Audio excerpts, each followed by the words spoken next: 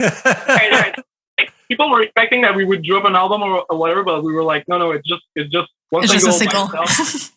It's just a kicker back. It's just a good banger for the summer. It's like you can listen to that and drink twisted tea near the pool and like.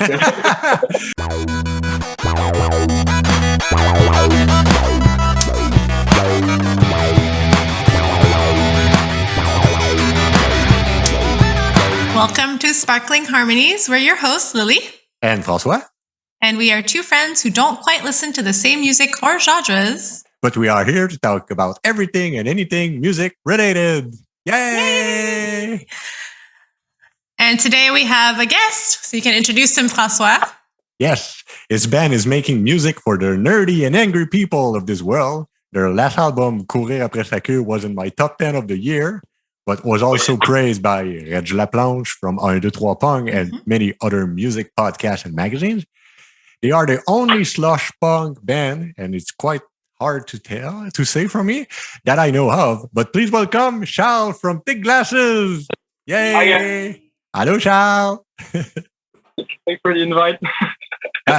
First of all, thanks to coming back again. Yeah.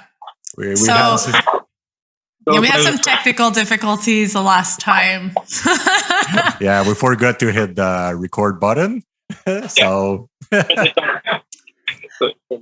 it's okay. They've released new stuff since then, so this is a completely new conversation, at least. And for the record, now I have a foolproof system. I will never forget to hit the record button anymore. I have a little post-it on my screen now, so it had to happen for us to learn. So exactly. It happens to the best. I'm sure even Joe Rogan recorded one of this podcast. I'm pretty sure about it. So let's get into our get to know our guests segment first. Yeah. So what was the first album that you bought? Oh my god! I'm looking for my answer. What was the first record I bought? With my own money, I think it was like two Metallica records. With my own money, I remember. I was 13 years old. Yeah, it was after Christmas. I received like two albums, and like a few days after that, I went to the HMV and I bought like two albums from Metallica, like back to back, and it was my introduction to thrash metal when I was 13. Oh, you were off to a good start. I was off to a good start. Like before that, I had like a Black Sabbath best of and the Master of Puppets record, and after that, I bought like Ride the Lightning and Injustice for All like at the same time. That was it. That was the first record. Wow. Yeah. See, my first was Backstreet Boys, so very different from where your first came from. I listened to those records too, but it was my sister's album because like I have two older sisters, and before buying my own records, I used to listen like to a lot of what my sisters were listening to, like all the CDs that they already had. Like I was listening to them and like looking at the album covers and stuff. So I was like, that was my very first introduction was like my sister's album collection before I had my own. Your own tastes. Yeah. You were the little brother that's always sneaking in to steal like the last album. Oh yeah, definitely. Like I remember I was like always picking up the Good Charlotte record, like the Young and the Good Charlotte. Oh, I love that. I used to love that album. I haven't listened to it in forever. Yeah, but I was like really like hooked by the guys' looks on their press photos. Like they had like all the spikes. Yeah.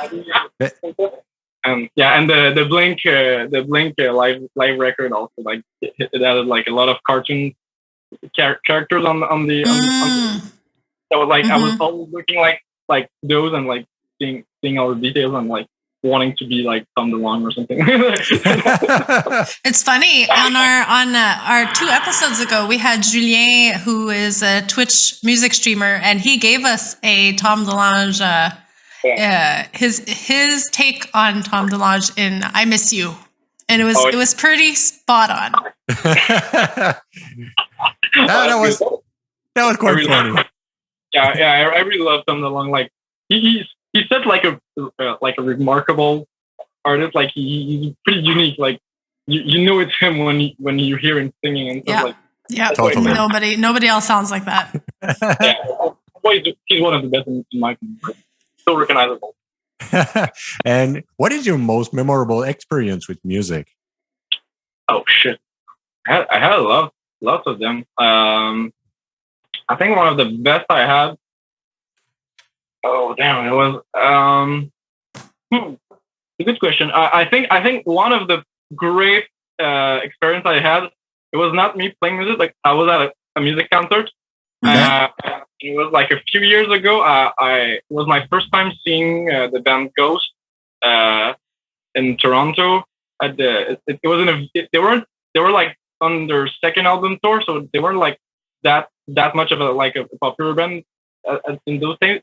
But you kind of saw it coming because like people like were kind of in like a trance when they started playing and stuff, and seeing them in such a small venue and like doing like such a pro sounding performance and like not only like the song but also like the production and like the visuals and stuff and like the ambience, like it was like incense like burning, and before the show, like you had like religious music playing right before the stuff. And for me, coming from a classical background, like seeing that kind of ambience like mixed with like the hard rock approach and like the doomy spooky ambience, like it was like such a cool experience for me. And like seeing them from so close, because I was like front row at that show, and it was like really, really good. It was a really good show. So like that was one of the great musical moments in my life. Even though I saw like a tons of shows in my life, like that one was pretty fucking cool. There are some shows that kind of stay closer to you and have a bigger impact on you, definitely. But I have to agree with him. Even if I'm not a Ghost fan, I saw them on AVMTL when they were there like 2 years ago, I think. And even if I'm not a fan, I was like totally floored by every aspect of the show. They have so many performers on stage. There's so many lights. There's so many pyrotechnic fires, fireworks, whatever. They put like everything on 11 for the whole show. So it's a great show. Yeah, they're great entertainers, and like they're great musicians. Like they're like really good at what they do. Like not that easy to play what they do. Like to do that for like an hour and a half, like nonstop. It's like so. Yeah. You need to be like really well prepared and like have a lot of experience and talent, practice and stuff. Mm-hmm. And what's one of your musical guilty pleasures? I like to think that there's no such thing as musical guilty pleasures, but I think that if I had to choose one, because like it's because this is something like I'm ashamed to listen to. I don't think that not so much. Maybe like I mean, I personally really like this band, but like I know that when I say that I like this band, like people like just don't understand it in general. But like the band Him, and like it's like a goth pop rock band from Finland. They were like really huge in the 2000s, but they're pretty cheesy band, and it's like really like first degree love songs, like super emo stuff. But that was like one of the other records like I had when I was a kid. Like my sisters were listening to that record and nonstop when it came out. And yeah, it kind of stuck with me for some weird reason. And like I still go back to like listening to the old albums, and like I still read. but it's kind of fucked up because like every song is the same on like every album. Like it's like the same chord progression like on every song. Like there's always like the same like harmonic transitions like at the end of each song. Like it's the same formula like over and over and over and over, and it's super cheesy. And like when I make people listen to that, they're like what? But this is not supposed to be good. Like how can you like this music? But like, for me, it's like that's one of my guilty pleasures. But like I don't know, like there's a lot of I love a lot of cheesy music personally. So like I mean I don't know, but I mean my cheesy music is like maybe something may sound like too corny for some people, like, but other times like I listen to a lot of shit that people listen to on a daily basis, and that personally makes me laugh sometimes because sometimes they think that their musical taste is way more sophisticated or superior and stuff, but kind of makes me laugh every time. Like when people say like, well, I mean, when people like on one hand like maybe like making fun of me for liking him or like some sort of pop music or country music or whatever, but at the same time they listen to, I don't know, like people that listen like to the first Radiohead album. I don't understand that. That's like a weird example, but for me it's like that kind of stuff. Sometimes like there's a lot of music that people are drawn into that I don't really understand why either. So I mean, I guess you're in that situation in general. Well, I mean, if that music exists, it has to cater to a certain audience. Yeah, exactly. Everybody's music tastes are different. Yeah, exactly. So like, because like I feel like in the, I'm a big music nerd personally, but like when I see people on the internet like that are like super intense about music, like they're always like, there's a lot of like music elitism in general, like in people's opinion and stuff. And like there's a lot of bands that are like really common to be like bashed on, like I mean like Linkin Park, like Weezer, like Nickelback. I also had Nickelback in the head. Yeah. Like they're like people like shit so much on those bands, but like at the same time, like sometimes I see a lot of like bands that are embraced by like the more like the more indie or hipster community in music, and like sometimes I listen to those albums and I'm like, but there's like it's not that good of a record. Sometimes like I listen to a lot of stuff and I'm like, why do people care so much? I just don't understand some albums that people. Well, I feel like sometimes there's a hype around things. So something gets popular, people think, okay, it has to be good. And then so people listen to it, and then it grows on them, and then it's in their mind it actually does become good. Yeah, exactly. But like, sometimes like they just follow trend. Like they're told by everybody else around them that this band is good, so the new album must be good. But sometimes it's not. Like I mean, like or it is, and it's just not like your taste anymore. Yeah, exactly. Yeah. I mean, we're all super biased in our opinions in general. So, like, for instance, like I could do the same thing with people that, I mean, for instance, like that are super into like Arcade Fire or something like that. Like, I know they're a super popular band. Like, it's not very like well viewed to shit on that band, but personally, like I just can't stand that band. For instance, there's a lot of them. There's a lot of artists like that people like. You just were like I'm searching for that one. What is it? But I think it's like what is the phrase we're supposed to say? It's like your trash is someone else's gift or something like that. Really, someone's trash is always somebody else's treasure. Yeah, exactly. So, that's exactly that. Like, it depends on which side of the coin you are. So sometimes you have like your best album ever, and someone in front of you is like, it's the worst thing ever. But at the end, if you enjoy what you're listening to, I feel like you have to own up to what you like. Yeah, exactly. And if you like it, and that's why like I don't believe in guilty pleasures, because I will proclaim high and loud all the things I listen to. Really, like I mean, like I see like a lot of people that are like disregarding certain bands because like they're just like judging them based on their looks and what they project as an artist, but they never like really actually paid attention to what the music is about. Mm-hmm. I feel like there's a lot of bands like that people like just like Push aside. they just dismiss them, but like they're for no like good reason. And sometimes like they but I mean I've done the same thing with a lot of them like before. Yeah, we have names now.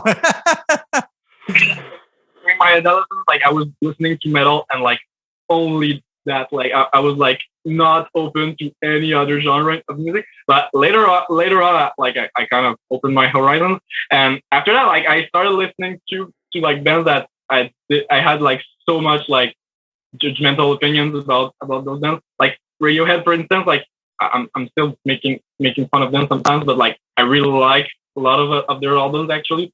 And for instance, but that took me a long time, like to just like accept that it's a good band. And like they're good then. They're good then. And also your art tastes evolve all the time. Yeah, exactly. Like there are bands that, you know, if I had listened to them 2 years ago, 4 years ago, I would have never really gotten into them. But in the state that I am now, I did. Like there's a lot of songs in life that you don't get it before like you hear them in like a precise the right moment. Yeah. Yeah, it's like right place, right moment. You hear that song like in a TV show, and like it connects with a part of you that you didn't expect before. Yeah. And like you hear that in certain circumstances, and like it changes your way of like approaching that artist or that song or that album.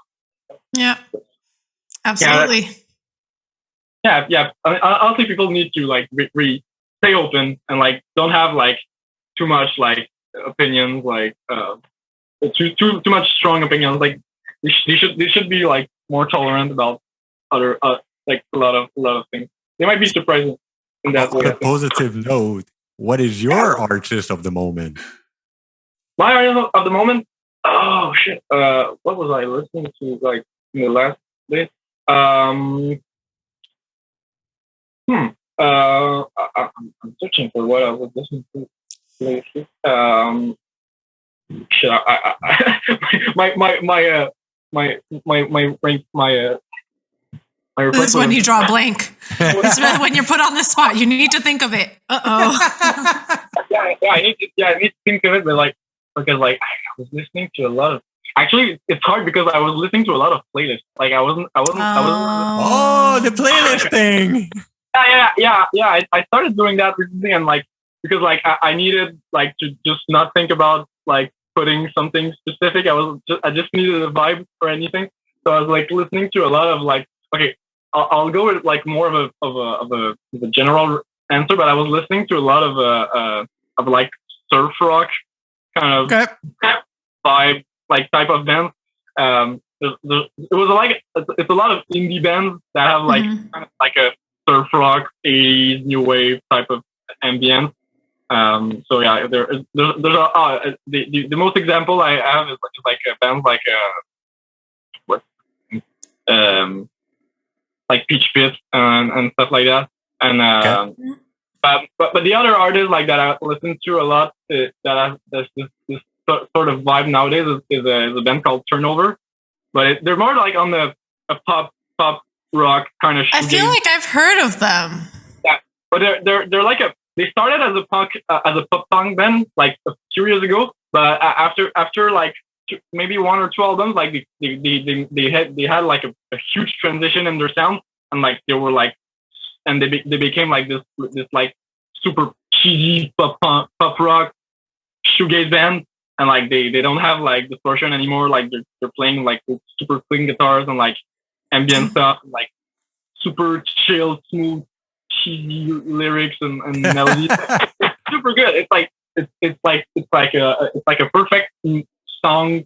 It's like perfect music like to listen to like when you're just like starting your day like in the morning, or like you're at the end of the day and like you're on your way like to go to sleep or something. Like it's really perfect.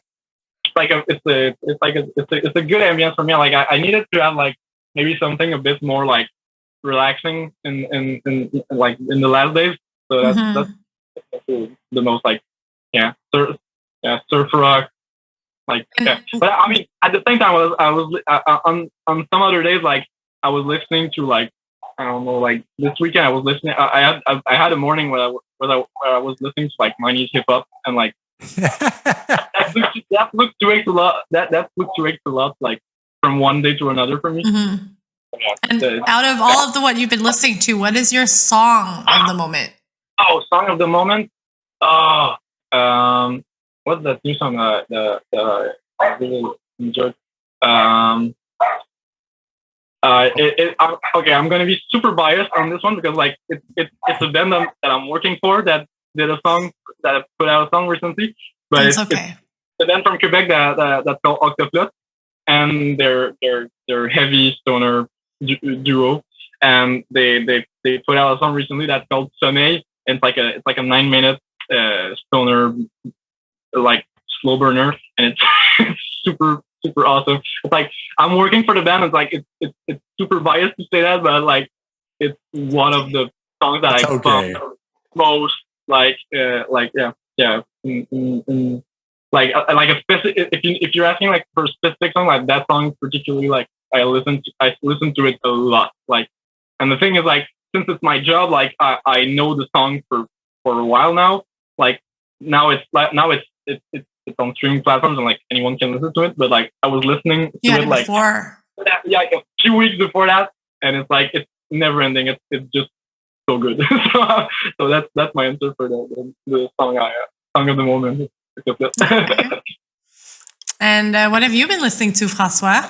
I'm in the same vein as Charles. I'm really digging the new Voconis album. It's called Odyssey. Last episode I talked about Red Fang, so it's the same like world if you want. It's a mix of that and Sleep and probably Earthless because there's a big side of psychedelic, like endless guitar solos and stuff like that. The album is nice and it's quite surprising for that genres that having an album of like 30 minutes. Yeah. Because normally, like Charles explained like a couple of minutes ago, the longer songs. It's pretty long song, and most of the song are like 3 minutes, and there's only one song of like 5. I was really surprised the first time I listened to it because it's like it's already done. I was on for an hour, but now it's done. So that's refreshing. That's why you put it on repeat. yeah, I have to. I will have to. And what about you, Liddy? I've been listening to, so last time I forgot to talk about this song because I was all over Day 6, but it's Renegades by 1OK Rock. So 1OK Rock is, for those who don't know, they're a Japanese rock band. Their newer song, Renegade, they have a Japanese version and they also have an English only version. And they collaborated with Ed Sheeran for it. So it's pretty catchy. It's the theme song for a movie that's coming out in Japan next month. The Kenshin movies, for anybody who reads manga or who knows anime, it's Kenshin. It's a really those are the best anime live action movies that I've seen. They've made a bunch of bad live action adaptations of anime and manga, but that's a good series. So anyways, the lyrics are pretty powerful, I find. It's really catchy. I feel like they've explored this theme of kind of breaking the society's mold of people, and especially I think in Japan there's a lot of pressure into fitting into the society and being this certain type of person, even more so than elsewhere in the world. And they talk about that a lot in their songs. So in Renegades, they talk about that, but also in a couple of songs from their last album, Eye of the Storm, that also has an English-only version. That's, I think on Spotify, there's only the English version. Okay. So on that one, there's a song called Stand Out, Fit In, which talks about, how society wants you to stand out, be original, but not too much because they want you to fit in. And then there's another song that's I think called Push Back. And some of the lyrics from that song is go ahead and push us, we'll go and push back. And they talk about revolution, but nothing's changed. So they're all about those themes in their songs, which in reality, it made me think that they've kind of got the punk vibes underneath their catchy rock music. Yeah. Okay. But they're really good, and their vocalist is really, really good. And from what I know about them, it's the same thing as Ghost. I'm not especially a fan of that kind of band, but literally show me like the live show they did during the quarantine.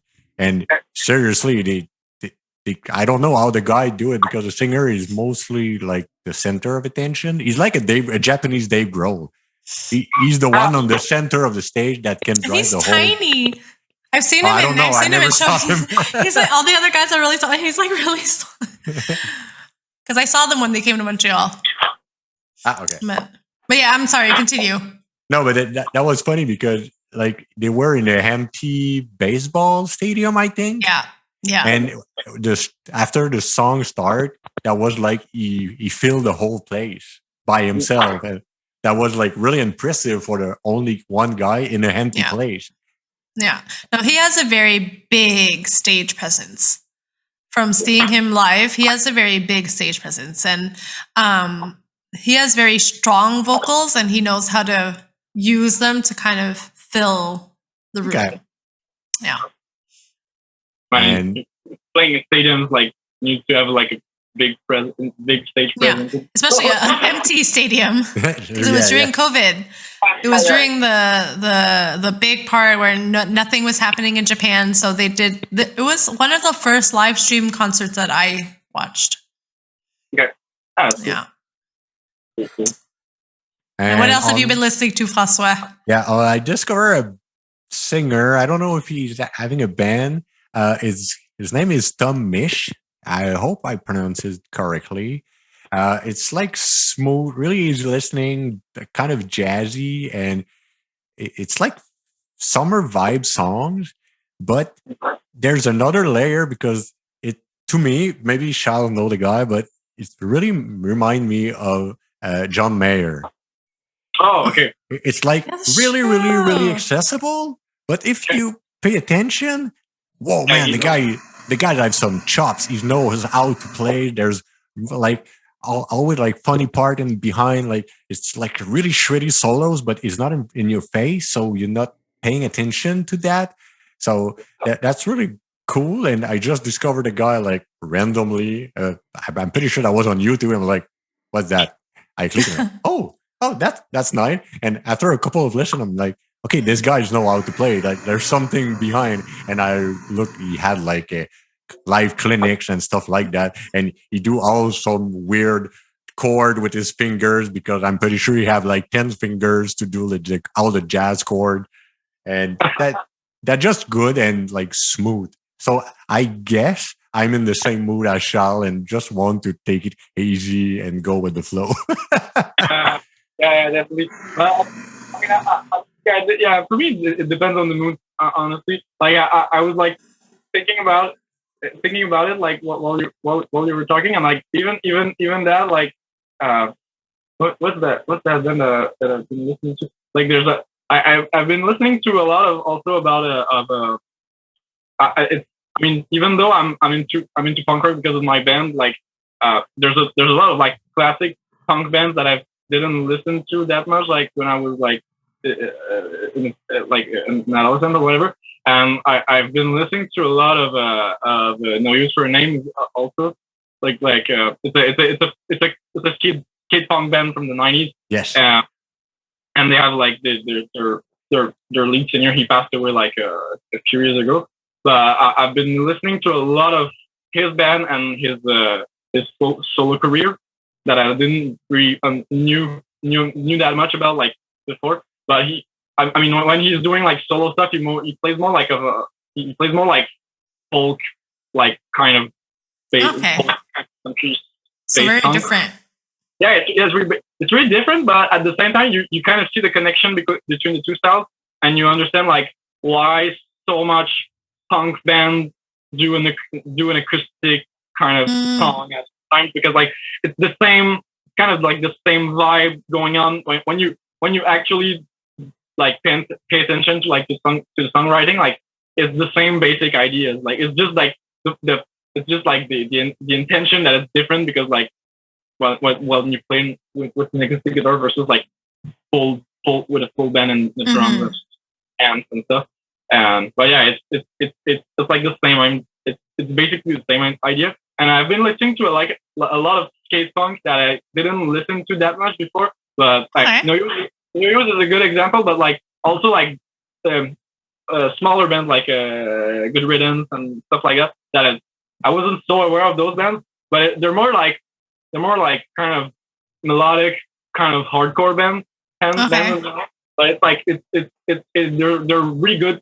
It's some bands that have really good songs and good songwriting ideas, and it's pretty inspiring for me because like it's even it's like a band that even though it's like it's bands that have a lot of history going down. Like I wasn't aware of them before a few years ago. So like now that I have like the time to pay attention to them, like I go back a few years back and like I dig their discography and I'm like, oh, that's a lot. So that is one of the good things. Like, despite I hate arriving late to a party for a band because then you're like, I feel like I've missed so much, but then there's so much to catch up on. Definitely. So like me forever catching up on BTS. I mean, too. I'm always torn between the two ideas because like even I try to listen to all the new albums that come out. Like I listen to like the new Charles de Villers record and like the the new the new Charles de Villers record or something. Like I tried a lot of different stuff and like some things I liked, some things I don't like.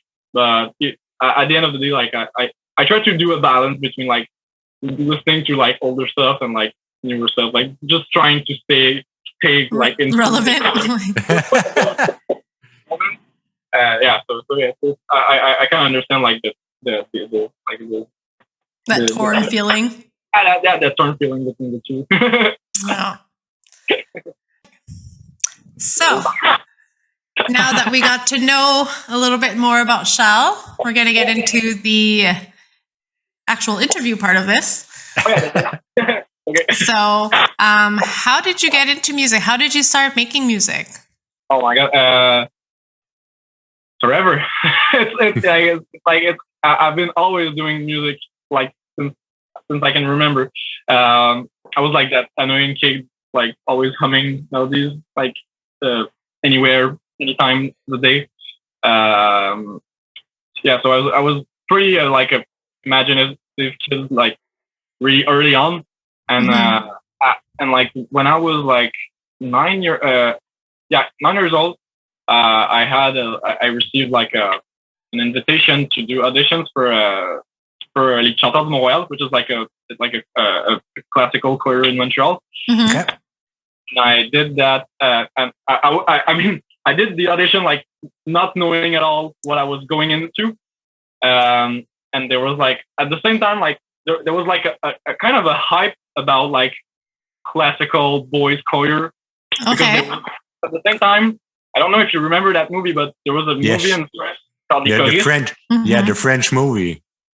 Yeah, I think it's like the English version of the movie was like the choir or something like that, and it's like it was like there was like a big hype around that musical covers and like the soundtrack of that movie especially. Like every kid was like trying to learn that song, like either sing it or like doing like piano versions of it. And yeah, so there was like a big hype around that when I started doing that, like at 9 years old. And but the thing is, like when you start to get into that, like Les Chanteurs de Montréal, it's like an 8-year like formation. Like you do that it's like from 9 years old to till you're 17 years old, and so you do that like for like all the end of your primary school and like all your high school, you're into that. So like in some cases, like some people let it down like after a few years, but I did my 8 years because I really like the music. I mean, it's kind of weird because like it's affiliated with like with La which is like this big like a Christian institution. But I mean, personally, I wasn't like super religious at all, and like none of my friends in the choir were particularly religious. Just like music, basically. That was our thing, basically. And like, so I did that, and like, so I did like a lot of like voice training, musical training, and piano lessons for like 3 years, like in those days. Mm-hmm. But when I got into high school, I had like an urge like for rock music in general. Like I started like listening to my parents' records, my sister's records and stuff. So I was getting into a lot of like local artists, a lot of like heavy metal artists, a lot of classic rock artists in general. So after a while, I wanted to like let down the piano lessons and like pick up a guitar, because like my sister, I was just like seeing it in the corner, and like my sister had one, but she wasn't really playing that much. I just kind of took it, and like I tried to like learn things by myself. And after that, like for a few years in parallel to that, I did like private lessons of guitar for a lot of years. So like I was like basically doing music all the time. So, since I'm a kid. So I guess we had to thank your older sister, because she did your musical education, and she let you play an instrument. Oh yeah, definitely. And like even like they were like they were the ones that turned me on into like, I mean, my first punk rock artist, my first metal artist. They were, and like even like some of my older sister's boyfriends. Like I remember some of them like having like Black Sabbath T-shirts and like like really being like attracted by the aesthetic, the design, the logos and like aesthetic of it, and like even I remember like my sister was really into some adolescents who would be like Detroit Rock City and School of Rock and those types. Yeah. There was a phase. Yeah, and seeing that personally as a 10 years old, I was like really hooked on it. So that became sort of a fascination for me. After that, I just picked on it, and I became this like really passionate person about like metal music playing. I started having bands doing cover at my high school, and after that, like when I was like 18 years old, like at that moment, I started having like real bands with original compositions and like playing first gigs in bars and stuff. So I just got on the journey from that, and like now I'm here. and that lead us to Thick Glasses, the band you're playing right now. And let's do a Thick Glasses 101 class. So how did you meet each other and decide to start a music band? I mean, I first started doing the band with Gabe, which is our drummer, and I knew him from the end of my high school. He's like 2 years older than me, and we met at a show on the South Shore of Montreal. Okay. At a local metal show with like a few. It was like a lot of like melodic death metal bands from the South Shore. We're at that gig, and we met at that gig because it was such a small venue. Like everybody in the crowd kind of started talking to each other and stuff. So I kind of met him through that, and after a while, I just started to like send him messages on Facebook and like sharing music, sharing ideas, and like we saw that we have a lot of common interests. And he got hired in a band called Gronium, which was kind of like an alternative band that was like super like guilty of not being System of a Down. Basically, it was like like that the guitar player in that band in those years, like that was his band, and like he didn't want to sound like them, but it was such an influential an influential bit. That was his I feel your pain right now. I feel that was his number one band, and he listened to like 10 bands in total. So that was like let's say that his musical approach was pretty narrow. But in that same years, like I was playing bass guitar in that band, so I was just like filling a place in that band. But after like a few years that like the band stopped, and our other like members in that band, like they just quit. They just basically abandoned music. Basically, they stopped the band. They sold their instruments, and they started doing something else with their life. That's sad. That's really sad. But it kind of is in a way, in a sense, but like that was what they were feeling, and they just got honest with themselves, and that was it. But me and Gabe personally, we knew that this wasn't over for us, and we wanted to keep doing music together, and having keep being professional, and like having a band that like does what musical having good positions, like have good recorded albums, and do shows that are well prepared and stuff. So that was our main goal, and we started doing that like in 2016. Like we did our first big kind of band practice. There's something causing interference right now. It's my dishwasher. Like, so we were just like starting to write songs like just on guitar and drums basically, but we needed something else. So I asked David, which is one of my friends from high school, we just asked him honestly, like we were like, hey, we want to start this band. It's like a mix of like pop punk meets solar hardcore band, and like want to join in? It's like it's gonna be in French and stuff. And he was like, yeah, sure. And like he didn't knew to play bass guitar at all. Really? We just asked him. He learned all the songs we showed him, and we started the band with him, and that was the beginning of the band. Like from that point. And after a while, like we did our first EP, we did a couple of shows, and after that we went in studio to do the second album, the second EP.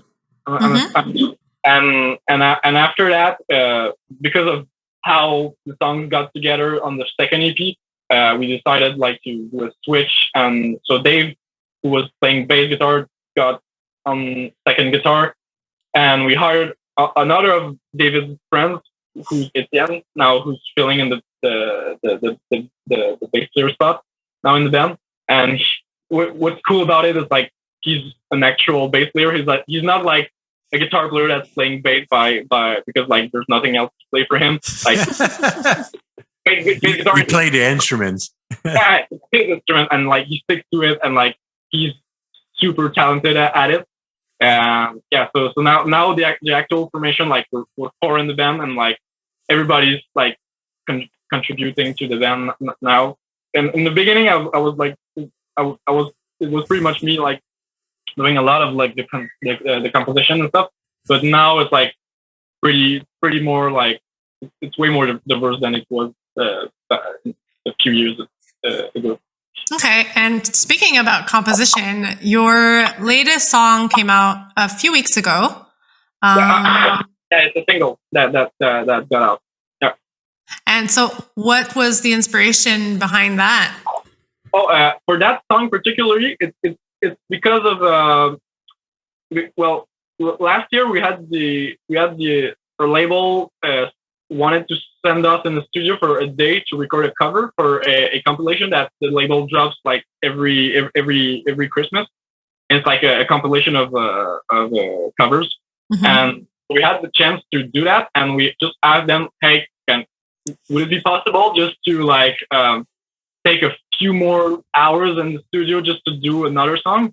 Because like because like last year, because of the pandemic, like there was a lot of months where we normally would have hung out and like just started work on new songs, Mm-hmm. but got delayed because like we couldn't see each other for so long.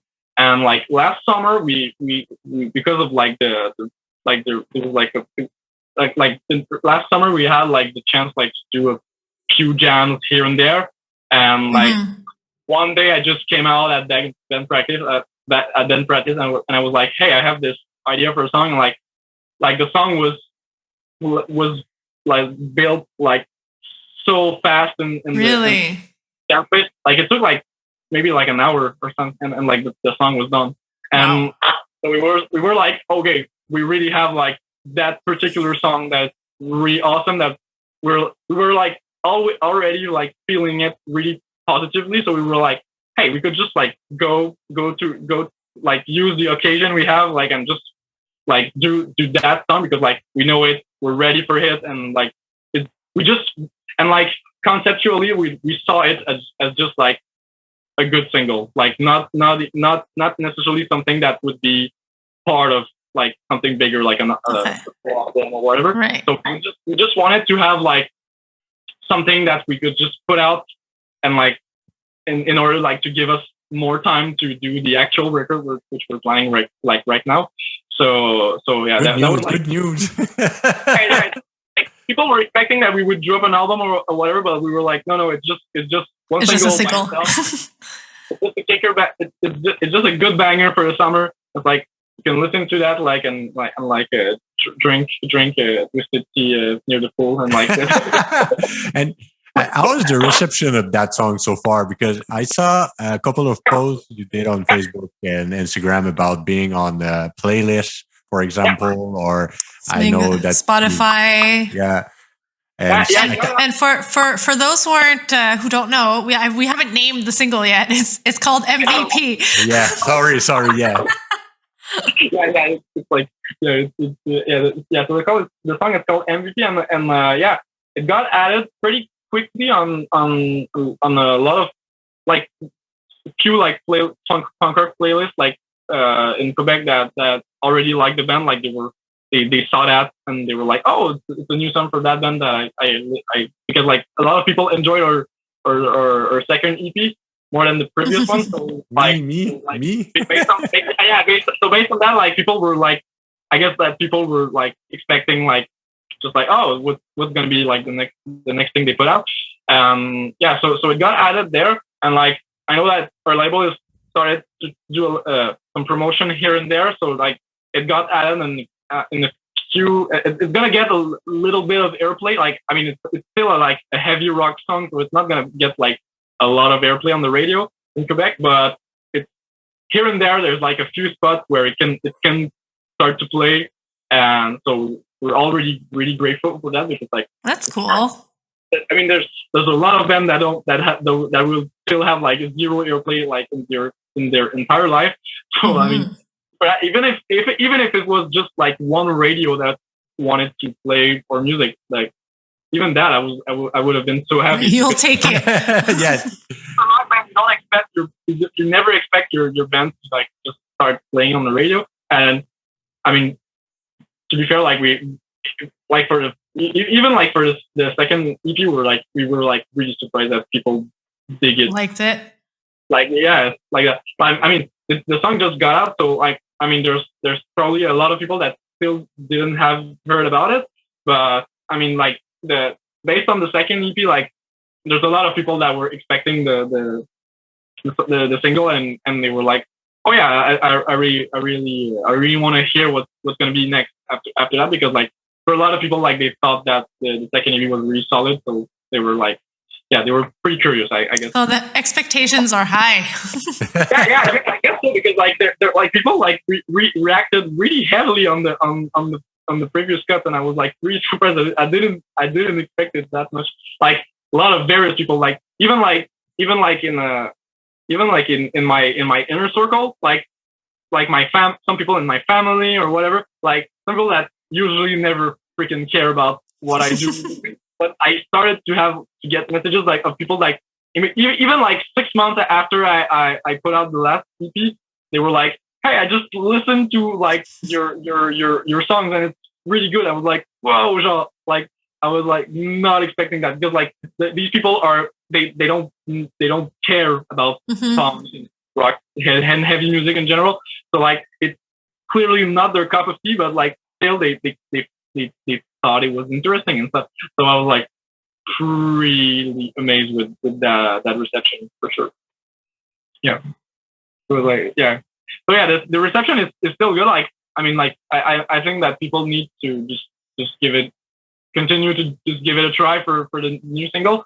But it's kind of different because like it's actually the first song where David was actually playing guitar. Oh yeah.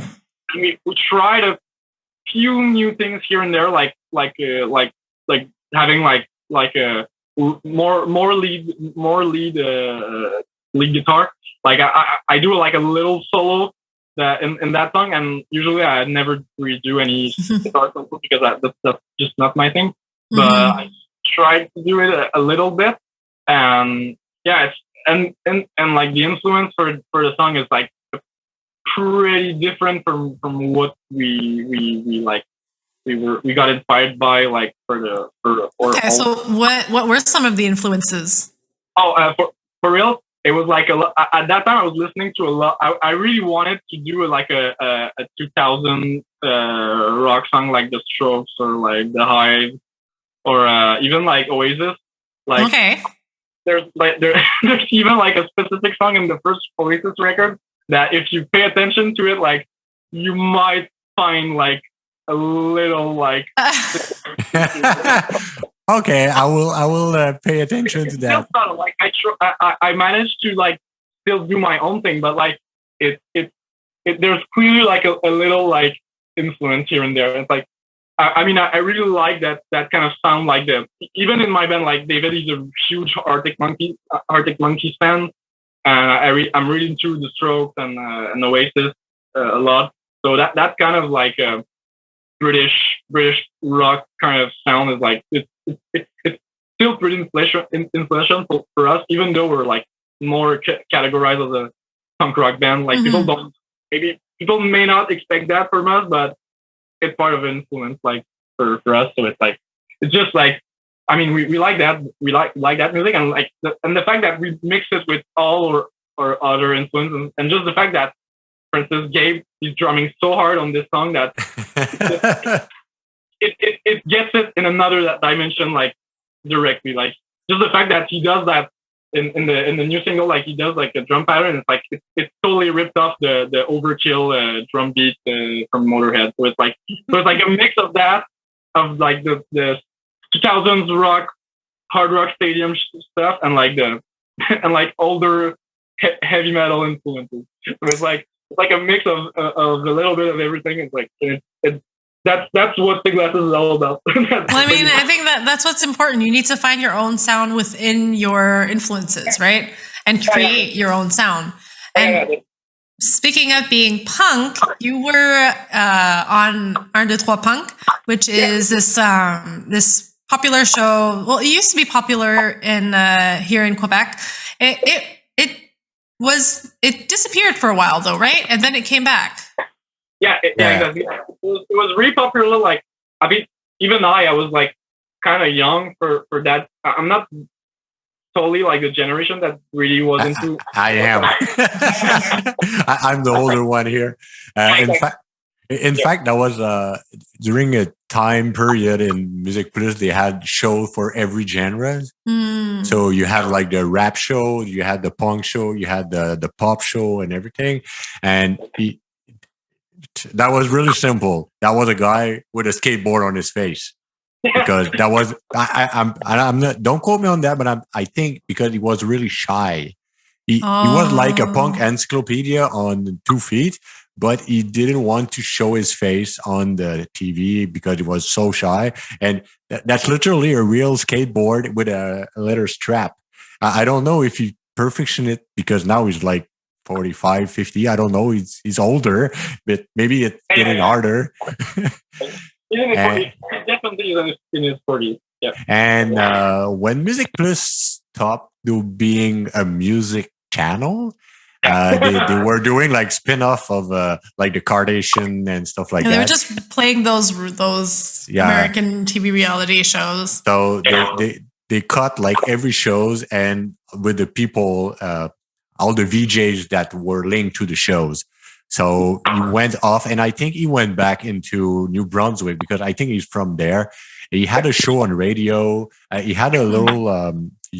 I saw that on YouTube. I don't know if that was on TV over there, but he was like talking with artists when they had a new song coming out and stuff like that. And I think last October, I think he decided to do a revival of Un, Deux, Trois Punk, but now it's a live show. Yeah, and the thing is, like during the pandemic, he moved back in Quebec City. Okay. Because like he was living in New Brunswick for a lot of years before, and after that, like he came back. He moved back in near Quebec City, and like at the same time he decided to like. By the moment he announced that he wanted to move back to Quebec City because of his girlfriend like having a job there. He just got like everybody started calling him and like asking him for like. Hey, do you want to go? Do you want to do Un, Deux, Trois Punk and at the same time he also got a new job as a radio host in the radio station in Quebec City, which is like the only like commercial radio in the province that plays like hard rock and heavy metal and like francophone rock bands. So like it was like there was like a perfect timing in that specific moment. Where he came back to Quebec City, he announced the revival of Un, Deux, Trois Punk with in the live stream situation because of the pandemic, and at the same time, like I don't know why, but specifically, like I think it's just it was just one of my friends that sent him our song like Dogo, and for some reason, like he just really got into it, and he just shit out of it. Yeah, that's great. I saw many pictures of him with his shirt. I had the same yellow, like really flashy shirt. The thing is, like, it's like when I saw that he was really into the song, like we sent him messages, and I offered him like basically like you want a shirt? Like I can send you one, and like he was like great thinking, great thinking. Yeah, so that came out from there, but yeah, he just really loves the band, and he's just really super like honest about it. Like it's super authentic. It's not because he knows me or anything. It's like he just loves the music. I just don't know why exactly, but he just loves it. And started like to plug us like almost anywhere he could. That's great though. Like, it's just such a blessing for us because like he gives us like a reach that we could have never dreamed of, like doing a second EP like that. Like it's so rad. And so how was the Un, Deux, Trois Punk experience? How did that come about? Did he reach out to you? Did you reach out to him? Did your label have to reach out? No, because he for the logistics of the Un, Deux, Trois Punk show, he started a partnership with Carl Emmanuel Pichard, which is like the owner of the Bar Lancy, which is like one of the big club in Quebec City for metal shows and punk shows and rock shows and all around shows in general. But it's like it's now like this super well organized venue in Quebec City, and like everybody wants to play there because like it's just so well thought out. It's like for great conditions. Like the owner is like he's a super nice guy, and like he's all about like getting the bands to have like the best experience possible, basically. And he early on in the pandemic, he just switched his whole approach to shows like by doing like live stream shows and stuff. And so he got really good with like the technology behind it, and like his shows like they're super consistent. They're really well. They're just really well made. Like and he just really thought about the process with Reg. And now they found a way like to kind of reproduce like the formula of the basic show, but doing it in a live stream kind of situation. So like the experience was really kind of fucked up for us because like it was like our first official show like since the release of the EP. It was like our first show in a while, and just the fact that we got into the venue and like we had like a legit sound check, like just that for us it was like so like foreign. I mean because our shows and bars and stuff, like we were so used to just do like line checks and stuff, so it just like almost like venues where you said you don't even have time to set up your stuff. It's just like you plug in, you start to play, and like you just hope it's gonna be all right. But now at that moment we had like a real sound check. We could actually hear ourselves really well on the stage, and it was a cool experience because like Reg he's just such a super nice guy, and he does everything he can like just to make you feel comfortable and like really smooth about it, because he knows that doing live streams like that and like because it was like even though it was not a TV show, it was as if it was a direct a live TV show like on like SNL or whatever. It was like the really same thing. Like the show started at 9 p.m. and like we were like really live streaming at 9 p.m. for real. Like it was not like pre-recorded or there was no recording. There was like no bullshit. It was like the real deal. So that was pretty stressful. I'm being honest. Like the first two songs, like we were really stressed out. Our best performance for sure. But after that, like after the show like came along, like we started like to just get used to it, and like after that we had really much more fun for the last song. So it just went like better and better like through the whole performance.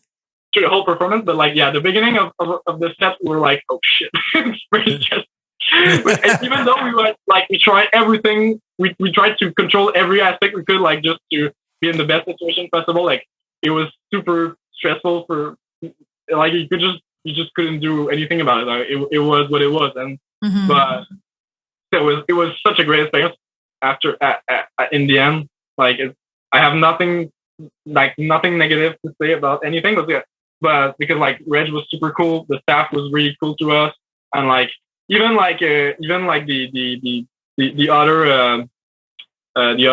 other person that got invited to the show, like because like there was other people like doing during the show with us, and there was like Guillaume Beauregard from Les Vulgaires was like which is that alone was super like intimidating for me, because like he was one of my I don't want to say idol, but he was super influential to me when I was a kid. I mean like I basically grew up listening to his band and like learning his fucking songs on the guitar. So I was pretty stressed out just because of that alone, but after a while like it just came out super natural, and like it was really cool. It was a really nice experience. Despite the fact that I'm making stuff, it was like really, that's great. So now you had like a second EP like that got really into it. That was popular in some way. You got now a single that is on the radio and on it's getting really hyped up everywhere. So, and after that you went to 1, 2, 3 Punk. And you play in front of your idol and having fun like on live with Reg Laplante. That's such a thing here. So what's the next step? What's the next move after that? What's the next thing for Thick Glasses? It's an album, definitely. After that we have to do it. We have to do an album because I mean just think about the fact that during the pandemic, like there's not so much opportunities like for any bands of any sort, and like for punk bands like it's just even less opportunities in general. So like, and like the fact that I mean like Red, like he has contacts with so many great bands. Like he could have picked like any band he's picking up, and yet he picked us up. Like it's crazy. Like from all the bands we have in Quebec, like he just decided to do. We'll go with the glasses. So that means in a couple of years, I will remember 2021. I will remember two things: the end of the pandemic and your first album. I think that the next album is mostly gonna be for next year. I think because like I need to work on it, but it's coming. It's coming there. Like we have a lot of songs written already. So but the thing is like the trouble now is like finding the time to see everybody in the jam space and like actually learning the songs and like and work on it. Yeah. And then picking the songs that make it on the album. Yeah, because like for our other EPs we didn't have that issue that much because like we were super picky with our songs, so we just like we had 4 songs at the end and at the end of the process and at the end of the process and it was like, oh, we'll go in the studio just doing those 4 songs and it's gonna be that. But now we have like more than like 20 songs that's written, so we're like. And personally, I want to write more before we go to the studio. But now we already like picked maybe like 12, 13 songs that we're pretty sure that we want to do them for sure in the studio. Like no matter what's gonna happen. And so maybe the idea is like maybe the idea for us is gonna be to go in the studio and do more songs that we need for an album. And if there's like extra songs that don't end up on the actual record, it's like we're maybe gonna have like even like B-sides or another EP. Yeah, for an EP or singles or whatever. Like it's for us, it's gonna be that way because like if we're able to, for us, from now on we hope that we can have almost one release every year, like so that it's a pretty strict like goal, but it's like but I mean like I see a lot of other bands doing pretty much the same thing and I'm like if they can, like I think we're able to do it as well. Like I've seen like the band Pop like they do that they do all of that every time. Like they release an album, they release like another EP or another like shorter project after a while, and after that they get on the new album. It's like it's like a cycle like that. And like if you have, and especially like in those days, like if you have like always maybe every 6 months to 1 year period, like if you have always a little something to come up with, like a new song to get into for your fans, like that's a great like it's a great planning for a band, I think, because it grows your catalog, it grows like the amount of songs that you have under your belt that people can listen to and like enjoy. Yeah, and you always kind of need nowadays with attention spans and everything, you need to always be in people's minds, otherwise you'll be forgotten fast. Yeah, but I mean. But it depends from people from bands to bands, but because like even like I mean I don't know, like Troll didn't put out a new record for like 15 years and people still listen to them. Yeah, but they had a big followership. but yeah, in order to do that, you have like a breakout album for sure. But I mean for me, like that's my goal, to like just be really consistent with like the amount of music we release. But if things evolve and we're not able to do it like every year, maybe things will change after a while, and maybe if it doesn't come out for a few time for some time, like we'll just wait. And the idea is just not to force it. Like that's important. It needs to come up naturally. But the thing is like for now, we feel really, really inspired. So we have a lot of ideas going on, and like we feel like we could do this like for a long time. We can do this definitely for a while, for sure. Perfect. And so I think that about wraps up what we have on the subjects today. It's time to plug in all of your socials. Go ahead. Oh yeah, we can. Oh well, if people want to hear about Thick Glasses, like you can search for us on every streaming platform, on Bandcamp. If you want to buy the record, like on MP3, don't have physical records, but we're gonna have some maybe in the future. I don't know, but we have merch on our social media if people want to check it out, and we have new single that just got released a few weeks ago, which is called MVP, and we have a new album that's coming out in a few months. Definitely, we're gonna take this summer to work on it. Honestly, if we can finish to record the album like this summer, we would be really happy with ourselves. That's what I can. After that, we need to wait a little bit, think about it, and like find the concept that's gonna like fit all the songs together and stuff. Because we don't want to just put out songs like that. We want to have something cohesive.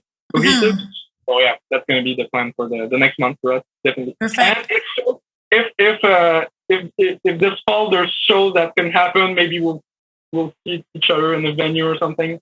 Maybe. Well, I mean, we really want to see shows outside of Montreal. We're tired of playing Montreal, so we want to stay outside of the city if possible. So this was Sparkling Harmonies. We're your hosts, Lily and François.